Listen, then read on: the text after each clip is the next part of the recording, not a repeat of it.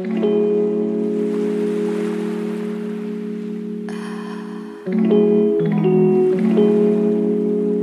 what's up guys, ici Chanel Arthur and I'm back pour une nouvelle...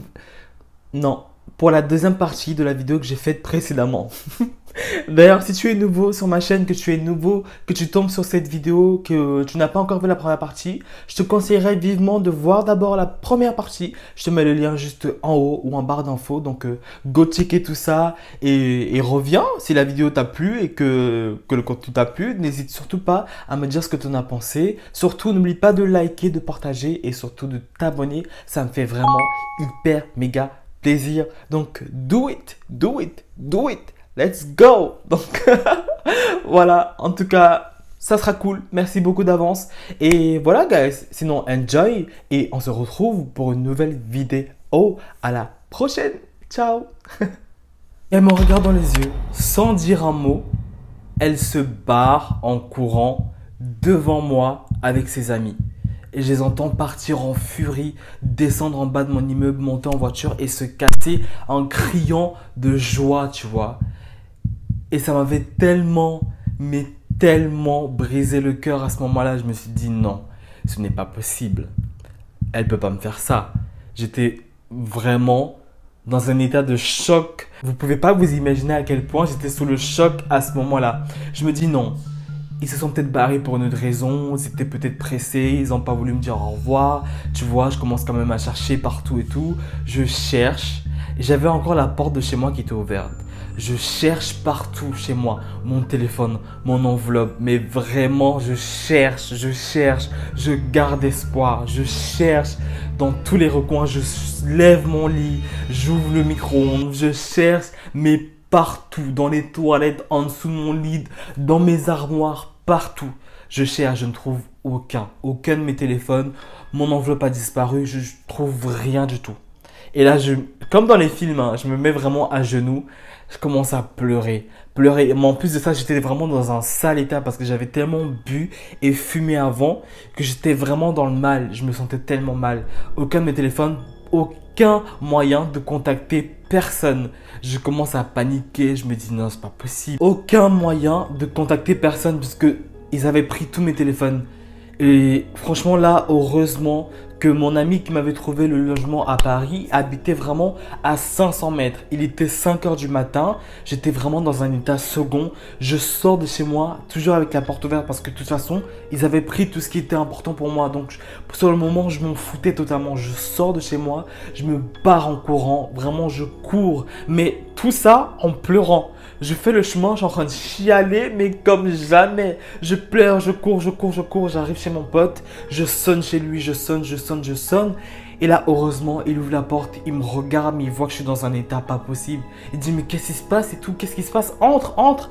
Et là, je pleure, je lui dis tout. Je dis, je me suis fait voler, elle m'a tout pris. J'arrêtais pas de le répéter. Je me suis dit, putain, c'est foutu.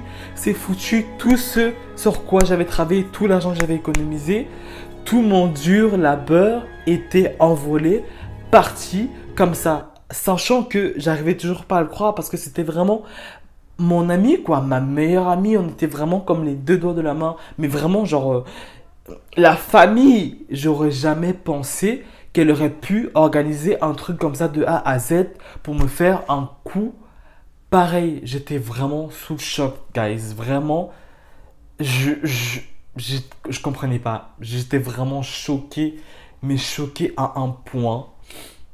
Mais vraiment, waouh, truc de ouf. Mon pote me dit du coup, calme-toi. Là, pour l'instant, de toute façon, on ne peut rien faire. Il est 5 h du matin. Ce que tu peux faire, c'est aller dormir, te reposer. Et demain matin, tu vas au commissariat, tu vas porter plainte. Mais j'étais tellement sous le choc et dans un engrenage de plein d'émotions que j'avais pas envie d'entendre ça. Je voulais mon argent. I wanted my money back. Parce que je devais partir sur Paris dans 2 jours. Il fallait que je paye le bailleur et je n'avais plus d'argent. Je me disais, mais là c'est foutu. Qu'est-ce que je vais faire? Et je pouvais pas dormir. J'étais pas en paix, j'étais pas serein. Il fallait que je trouve une solution. Et là, je le laisse tranquille parce que je me dis quand même, le pauvre et tout, les 5 h du matin, je vais te laisser dormir. Et j'étais en train de traînailler comme ça dans la ville le soir et tout, vraiment tard, personne dans les rues, en train de marcher. Et je me dis, bon, ma mère a quand même participé à cette enveloppe, il faut que je la mette au courant tout de suite. Donc, pas une ni deux, je me mets en chemin, je vais retrouver ma mère et tout. Je sonne chez elle, je sonne, je sonne, je sonne, je sonne. Elle m'ouvre la porte, elle me dit, mais qu'est-ce qui se passe? Il est tard et tout, qu'est-ce qui t'arrive? Et là, de nouveau, je pleure, je pleure, je pleure. Mais vous pouvez pas comprendre à quel point c'était tellement choquant pour moi. Je venais de me faire trahir par la personne sur qui j'avais le plus confiance à ce moment-là de ma vie. Et pour moi, ça passait pas. C'était vraiment toujours dans ma gorge. Genre, j'arrivais pas à avaler la pilule. Et ma mère, elle me dit, mais pourquoi t'as fait ça? Pourquoi t'as invité les gens et tout à la maison? Je dis, mais je voulais juste fêter mon départ avec mon entourage, avec les gens qui sont proches. Enfin, je voulais juste dire au revoir, quoi. Et, et non, elle ne comprenait pas à ce moment-là pourquoi j'ai laissé rentrer des gens chez moi avec une telle somme d'argent. Elle a trouvé que c'était vraiment irresponsable de ma part. Et bon, sur le moment, j'avais pas vraiment envie d'entendre ça, tu vois. J'étais vraiment pas dans un état à comprendre ça. Donc, c'est un petit peu accroché et tout, mais c'est vite passé. Elle m'a dit, bon, écoute, là, tu peux rien faire de plus. Tu iras porter plainte demain, rentre chez toi, va dormir et on trouvera une solution demain. Ce que j'ai fait, je suis rentré chez moi et j'ai dormi. Mais pour vous dire que j'ai même pas dormi en fait. J'ai pas fermé l'œil, j'arrivais pas. Je pouvais pas. Avec ce qui vient de se passer, j'étais toujours sous le choc. J'ai gardé mes yeux ouverts jusqu'au matin et je suis allé au commissariat. Le matin, je me réveille, enfin, toujours sous le choc. Franchement, je parlais même pas. J'étais dans un état catatonique. J'étais dans un silence.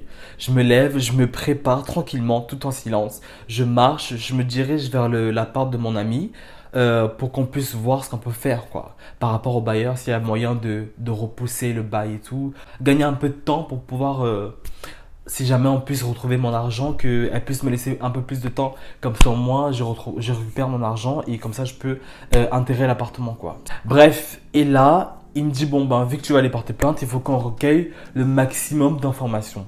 Et heureusement que Facebook existait parce que tous les gens qui étaient à ma soirée étaient sur Facebook. Donc, ils avaient leur adresse, leurs photos, leur numéro de téléphone, toutes leurs informations étaient sur Facebook. Donc, c'était vraiment pratique. Donc, j'ai tout pris, j'ai tout imprimé, j'ai monté mon dossier et je me suis dirigé vers le commissariat avec toutes les informations possibles pour qu'ils puissent aller les retrouver parce qu'ils avaient toutes les informations servies sur un plateau, ils avaient tout. Donc j'ai récupéré toutes les informations et je me suis dirigé au commissariat. Je dépose ma plainte, franchement je donne tous les documents, je donne les photos, les numéros, les adresses, je donne tout. Ils avaient vraiment tout. Ils me disent que oui, ils vont mener l'enquête et tout ça, qu'ils vont essayer de voir et tout, ce qu'ils peuvent trouver. Donc j'attends vraiment le temps, peut-être une journée comme ça passe. Je reçois l'appel d'un commissaire qui me dit, bon bah, on peut rien faire parce qu'on a localisé votre téléphone au Maroc, donc on pense qu'ils sont peut-être au Maroc. Mais comment ça? Et les autres personnes qui étaient dans la soirée, ils sont pas tous au Maroc? Là, vous avez toutes les informations, vous avez toutes les adresses, allez-y, faites quelque chose en fait, faites quelque chose. J'ai besoin de récupérer cet argent, j'en avais besoin parce que cet argent va me servir, je dois partir et je dois payer mon loyer avec cet argent. Ils m'ont tout pris, là vous avez toutes les informations, faites quelque chose s'il vous plaît. Enfin, franchement, s'il vous plaît, j'étais vraiment je comprenais pas. J'ai dit, mais là, je vous ai tout donné. Là, vous prenez vos voitures, vous allez les retrouver en 2 minutes. Ils me disent que bon, on va mener l'enquête et on vous tiendra au courant. Pour l'instant, vous pouvez rentrer chez vous, on vous tiendra au courant, soit par téléphone, soit par mail. Attendez de nouvelles, tu vois. Du coup, je décide de rentrer et je rentre chez moi. Je vais un peu raconter ce qui se passe et tout, la suite de l'histoire à ma mère par rapport à ça. Et franchement, ma mère, c'est un phone store. Elle a toujours plein de téléphones. Du coup, elle m'en a donné un autre, tout ça. Enfin, j'ai récupéré un nouveau téléphone. Il n'y avait pas de souci, tu vois. Et je décide si la police ne veut pas faire quelque chose, de moi, essayer de voir ce que je peux faire à mon niveau, tu vois. Je décide de récupérer tous les numéros que j'avais pris sur Facebook. Et je décide de rappeler Marie pour essayer de comprendre. Pour qu'elle me donne des explications. Peut-être qu'elle était obligée de faire ça. Peut-être qu'elle ne voulait pas le faire pour essayer de comprendre, tu vois. Et j'appelle Marie. Ça sonne, ça sonne, ça sonne. Elle décroche une première fois. Elle entend que c'est ma voix, elle parle pas, elle raccroche. Je rappelle, pas de réponse. Elle me bloque. J'ai récupéré les numéros des autres personnes qui étaient dans la soirée et j'appelle, tu vois. Et là, une des potes à Marie décroche. Elle me dit oui, qu'est-ce que tu veux, espèce de sale merde et tout. On t'a bien niqué, t'es qu'une grosse merde, on a pris tout ton argent, on a fait la fête avec et tout. Maintenant tu vas faire quoi? Tu vas faire quoi? Et moi je me retrouve de l'autre côté du téléphone, je me dis rendez-moi mon argent, s'il vous plaît, rendez-moi mon argent, j'en avais besoin, j'étais vraiment... Je faisais pitié. Mais je faisais mais tellement pitié. Mais je savais plus quoi faire d'autre. Parce que tout ce que je pouvais faire, c'était demander, tu vois. Commander mon propre argent. Ce que je... Oh putain. Je l'ai limite supplié. J'étais là, rendez-moi mon argent, s'il vous plaît. Même pas limite, je la supplié vraiment. Je disais, j'en ai besoin. J'en ai vraiment besoin, s'il vous plaît. Rendez-moi mon argent, j'en ai besoin, s'il vous plaît. Elle était là au téléphone. Ferme ta gueule, on t'a niqué. Va te faire foutre et tout. Vas-y, tu vas faire quoi? Tu vas faire quoi? Et du coup, bah, je suis passé aux menaces. J'étais en mode, oui, j'ai porté plainte contre vous. J'ai donné vos photos, vos numéros, vos adresses à la police. Ils vont vous retrouver. Vous allez me rendre mon argent. Je rigole plus avec vous là. C'est mort, rendez-moi mon argent, j'ai porté plainte contre vous, vous allez voir ce qui va vous arriver. Et même pas peur en fait, elles s'en foutaient complètement, elles disaient mais tu vas faire quoi? Rien va se passer, ils vont jamais rien faire, de toute façon t'as niqué, vas-y casse-toi. Elle a raccroché. Et j'étais toujours en pleurs. J'ai passé mon temps à pleurer pendant toute cette histoire parce que je me disais mais c'est pas possible. Ma meilleure amie, ma que je considérais limite comme ma sœur. Vraiment, cette go, je la connaissais depuis mon enfant. Je me suis dit, mais c'est pas possible. Comment elle a pu organiser un truc comme ça, être en contact avec des gens pareils pour me faire un coup comme ça? Comment c'est possible?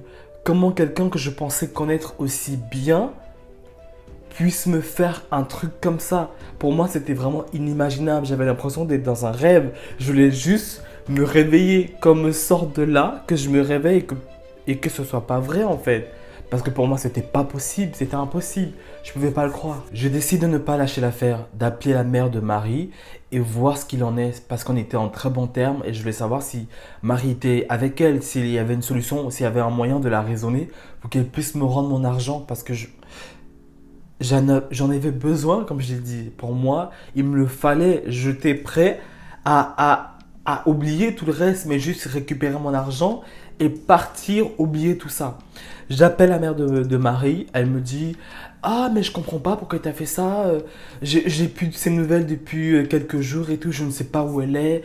Elle a disparu. J'ai aucune nouvelle. Je comprends pas vraiment pourquoi tu as fait ça. Je suis vraiment désolé. Je m'excuse et tout. Je fais, mais c'est pas votre faute.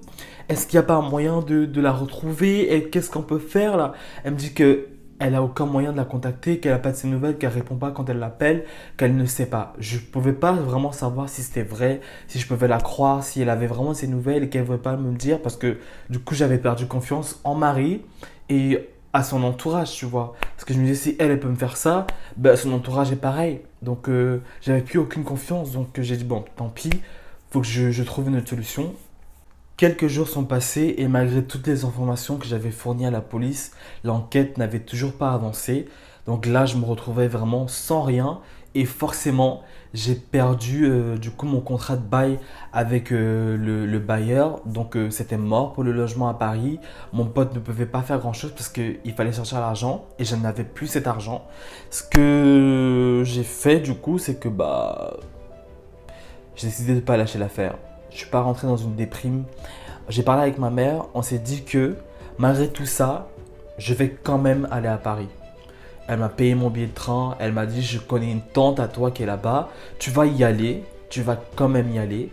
Tu vas aller pour essayer d'accomplir tes rêves, tu vas habiter chez ta tante quelques temps et trouver un travail et déménager de chez ta tante et comme ça tu peux quand même y aller. Ça sera dur mais vas-y, lâche pas, il faut que tu le fasses. Je me suis dit, bon, ok, j'ai peut-être plus ça. Je vais pas lâcher, je vais y aller, on verra ce qui va se passer. Je suis quand même allé à Paris, je suis arrivé chez ma tante, je me suis installé, j'ai fait mes recherches de travail. Je suis resté quelques temps, mais tout s'est pas vraiment passé comme je l'aurais voulu parce que je n'ai pas pu trouver un travail assez rapidement. Et pour trouver un logement à Paris, c'est la merde. Donc là, mes rêves étaient un peu morts et enterrés. Du coup, j'ai décidé de lâcher l'affaire. Et du coup, je suis reparti à zéro. Et les choses se sont bien défilées après. Mais ouais, pour cette partie de mon histoire, c'était mort. Du coup, il fallait passer à la suivante. Et quelques temps après, j'ai appris que Marie était au Maroc et l'argent qu'elle voulait, qu'elle m'a pris, c'était pour payer son voyage au Maroc. Et elle est restée quelques temps en fait. J'ai pas vraiment eu de suite. Elle a eu la belle vie quelques temps, j'ai pas eu plus de nouvelles que ça. Et franchement, honnêtement, je l'ai pardonné. J'ai plus de rancœur vraiment dans mon cœur par rapport à ça. Avant, j'étais vraiment énervé. J'avais la haine par rapport à cette histoire. Mais maintenant, avec le temps, je n'ai plus vraiment cette rancœur-là. Je dirais même que je l'ai pardonné, même si cette histoire me rend toujours un petit peu triste parce que je ne sais pas vraiment le pourquoi du comment. On n'a jamais vraiment eu l'occasion de discuter, de s'expliquer par rapport à ça. Des fois, j'ai quelques petites, vous savez, notifications de Facebook qui m'envoient toujours son profil en mode de vous connaissez cette personne, ajoutez-la en tant qu'amie. Et je suis en mode oh, Facebook, t'es sérieux? Non, je crois pas, non. Enfin bref, mais en tout cas, ce que je peux retenir de cette histoire, quelle est la morale de cette histoire? Je sais pas, dites-moi en commentaire, mais ce que je pourrais dire comme morale de cette histoire, c'est que il faut toujours garder une petite réserve envers les gens que vous côtoyez. Je ne dis pas de rentrer dans une paranoïa parce que forcément cette histoire m'a un peu ramené des soucis de trust issues envers les personnes. J'ai vraiment manqué de confiance envers les gens pendant un bon bout de temps. Mais au final, tout le monde n'est pas pareil. Je suis quand même tombé sur de très bonnes personnes. Des gens qui m'entourent actuellement sont des très bonnes personnes qui font partie de ma vie.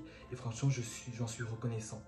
Mais il faut toujours garder une petite part de réserve parce qu'on ne sait jamais sur qui on peut tomber. Parce que tout le monde, même les personnes qui vous sont le plus proches, peuvent vous trahir. Et c'est la vie.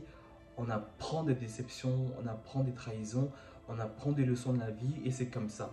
Mais il faut juste se battre et se relever parce que c'est pas la fin du monde, c'est pas la fin de la vie et on en ressort beaucoup plus fort après les épreuves. Donc voilà. Si jamais cette histoire vous a plu, you know what to do. Like, commente, partage. Dis-moi ce que tu en as pensé. Si tu as vécu quelque chose de similaire, une trahison dans ta vie, une trahison similaire, partage-le moi en commentaire.